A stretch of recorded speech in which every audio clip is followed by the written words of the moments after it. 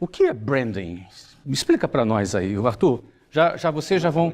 vamos começar por você. Essa pergunta eu vou fazer para os outros dois também. Qual é a tua visão de branding? Como é que uma pessoa leiga pode entender o que é branding exatamente? O branding tem uma capacidade incrível de criar desigualdade entre coisas aparentemente iguais. Eu acho que essa é a grande função do branding, de dar significado maior que funcionalidade, maior que produto, maior que serviço. Ou seja, mas essencialmente de criar essa desigualdade entre coisas aparentemente iguais para que a gente possa fazer escolhas. Se não tiver essa desigualdade, a gente não consegue fazer escolhas. Fica tudo igual. Então essa é a grande função do branding, criar esse desequilíbrio. A gente poderia, traduzindo isso numa linguagem para o pessoal, se desequilíbrio produz uma diferenciação, isso poderia ser um caminho? Através da diferenciação, a gente cria essa desigualdade, que faz com que o produto valha X e outro produto com a mesma funcionalidade valha 10X. De forma bem simples. Assim, ótimo, pra gente iniciar. Bem objetivo. Como é que a gente começa? Então, vamos pegar esse gancho, né, do 10x, esse múltiplo, e esse múltiplo é que a gente chama no branding de gestão de valor, né? Então a gente vem desenvolvendo,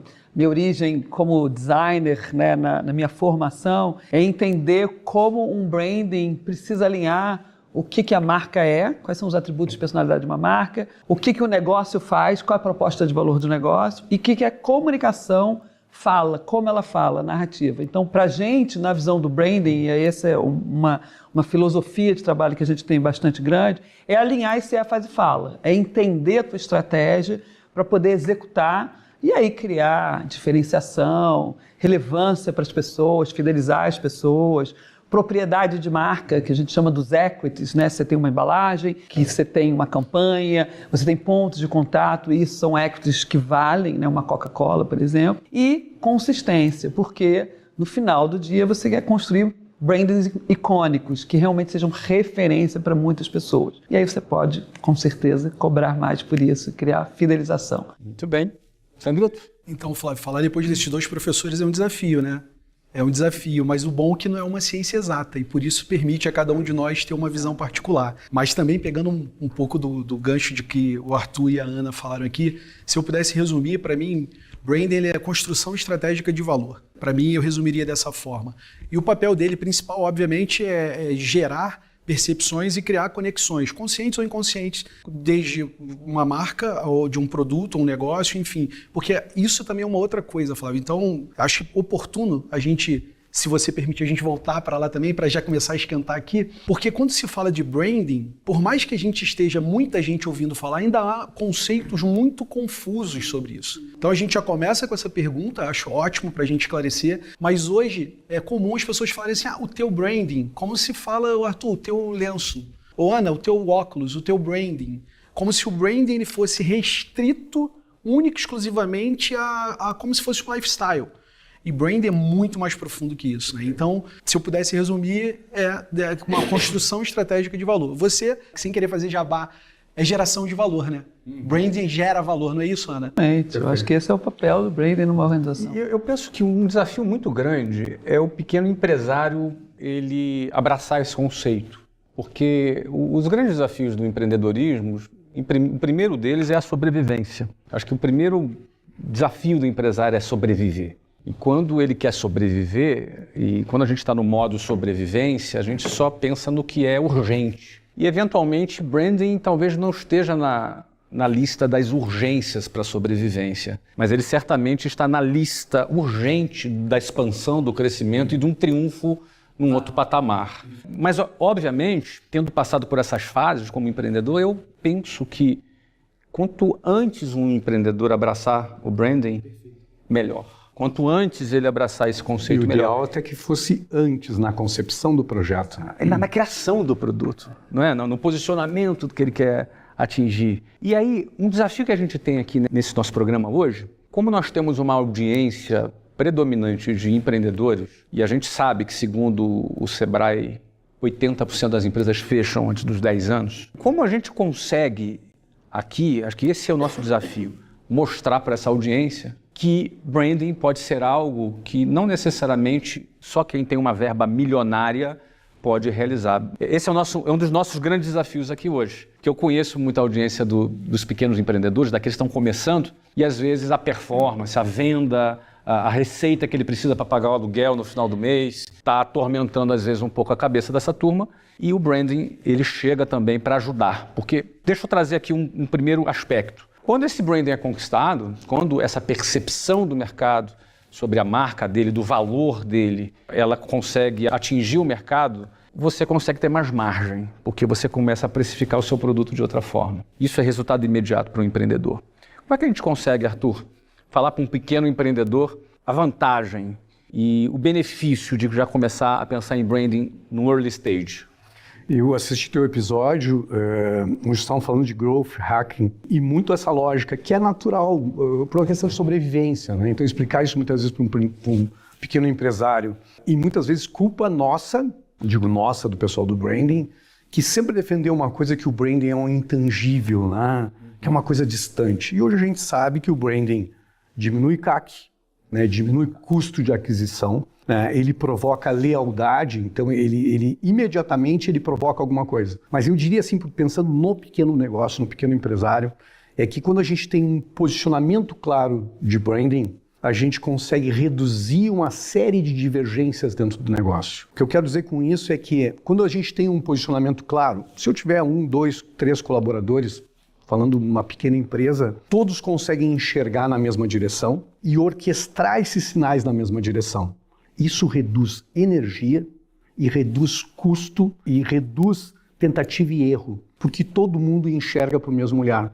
Então, uma orquestração na concepção do produto, na concepção do serviço, na apresentação das embalagens, ponto de venda, experiências no ponto de venda, que quando eu não tenho isso, eu vou intuitivamente fazendo coisas. E o que acontece é que cresce um pouquinho na sobrevivência, fica um pouquinho maior, começa a se dar por conta que isso é uma esquizofrenia e que tem que reconstruir tudo de novo. Então, tendo esse olhar antes, tu consegue reduzir energia. Sabe aquela reunião, Flávio, que tu entra e perde 3 ou 4 horas numa reunião, porque hora um gosta para cá, o outro acha que é para lá e tal. Então, isso é uma empresa que não tem posicionamento. Quando tem um posicionamento, a gente economiza esse tempo e todo mundo consegue enxergar na mesma direção. Embalagem, produto, nome de serviço, nome de produto, ou seja, tudo corrobora na mesma direção. Isso economiza custos. Como é que a gente ajuda? Como é que seriam os principais passos para encontrar esse posicionamento, Ana? Eu acho que primeiro assim, não adianta você sair executando, você não sabe para onde ir, né? Então assim, vai sair correndo, aí sai todo mundo correndo, mas para onde você quer chegar? Primeira pergunta que eu acho que a pessoa tem que se fazer, e a gente, até no livro eu trago muitos cases, todo empreendedor que cresce, que hoje está aí uma empresa de 200 anos, 100 anos, ele se pergunta, quem é meu cliente? E como é que eu posso fazer diferente? Porque se você está fazendo igual a todo mundo, lembra da época do Yogo Berry, tinha o Yogo Berry para tudo quanto é canto da cidade, eu falei, gente, esse negócio vai falir, todos vão falir juntos, porque ninguém se pergunta, o que eu faço de diferente? Se amanhã eu não existir mais, vão sentir a minha falta? Então a gente começa com um método, né? E método que nem você faz. Um empresário que não faz, um empreendedor que não faz uma conta, um business plan, na minha visão, a chance dele sobreviver é muito pequena. Se ele não faz também uma estratégia de branding, a chance dele sobreviver vai ser muito menor por causa disso. Você usa, quando você entende o porquê que você está fazendo aquilo, e aí a gente chama isso do propósito, né? O que você tem como empreendedor de talento único que vai deixar o mundo melhor. Você parte dessa visão do propósito. Depois, quem é o teu cliente? A gente tem vários clientes grandes, não sabe... Não, meu cliente é todo mundo. Não, peraí. Meu cliente é todo mundo. Exatamente. Você abraça todo mundo, você não aperta ninguém. Então você tem que saber quem é o teu cliente. Entendendo o teu cliente, o que ele valoriza da sua proposta de valor? O que de fato ele está assim? Willingness to pay, né? Estou disposto a pagar por aquele serviço. Estou disposto a comprar outros serviços dessa marca. E aí você vai construindo essa estratégia de branding com a estratégia de negócio e vai executando de forma que você sabe onde é que você quer chegar. Porque até para saber se está dando certo ou está dando errado, você tem que botar umas métricas, você tem que fazer essa gestão.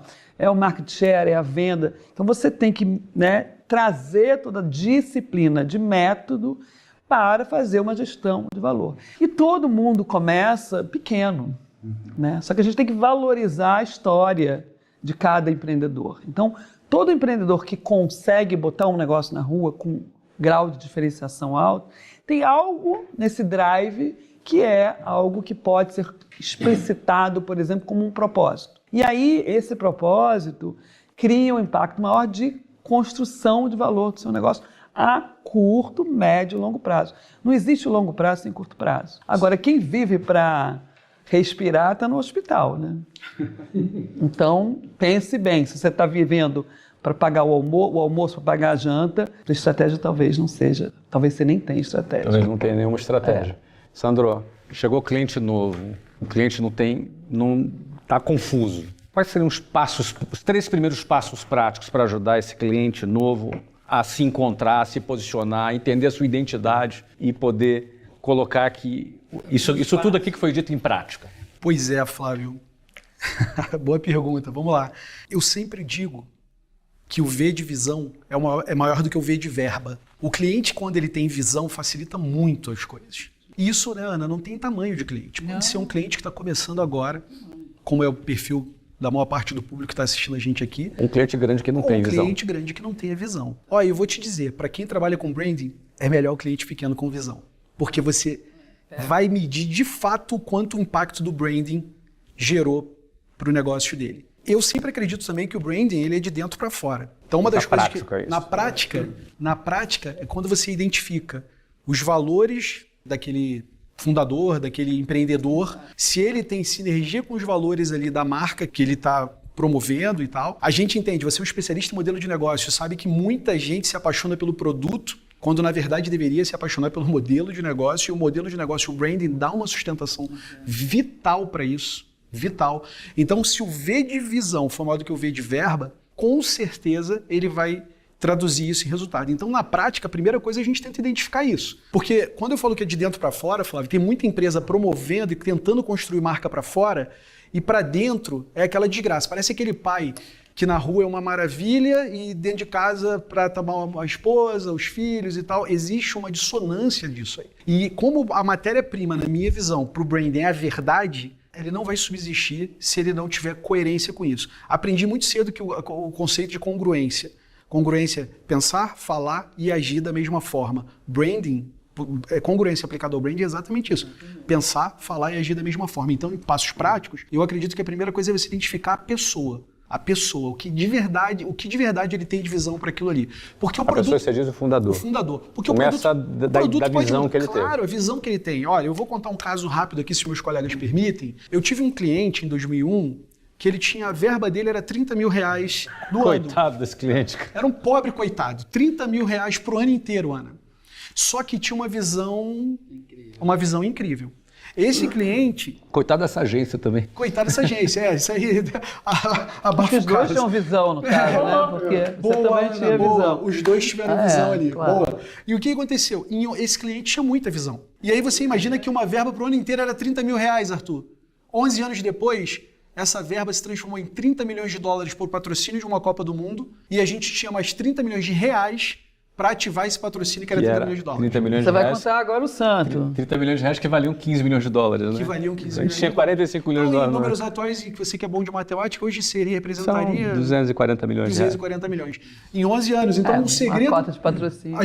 Eu combinei com esse cliente, um dia a gente vai lançar esse livro, ó, vocês estão convidados, inclusive, a participar. Não vai falar o santo, não? Vai falar só o milagre? Dos 30 mil reais aos 30 milhões de dólares em 10 anos, a gente sabe o caminho. Bom, esse cliente, óbvio, é o Flávio Augusto, e essa marca que a gente construiu aí foi o WhatsApp.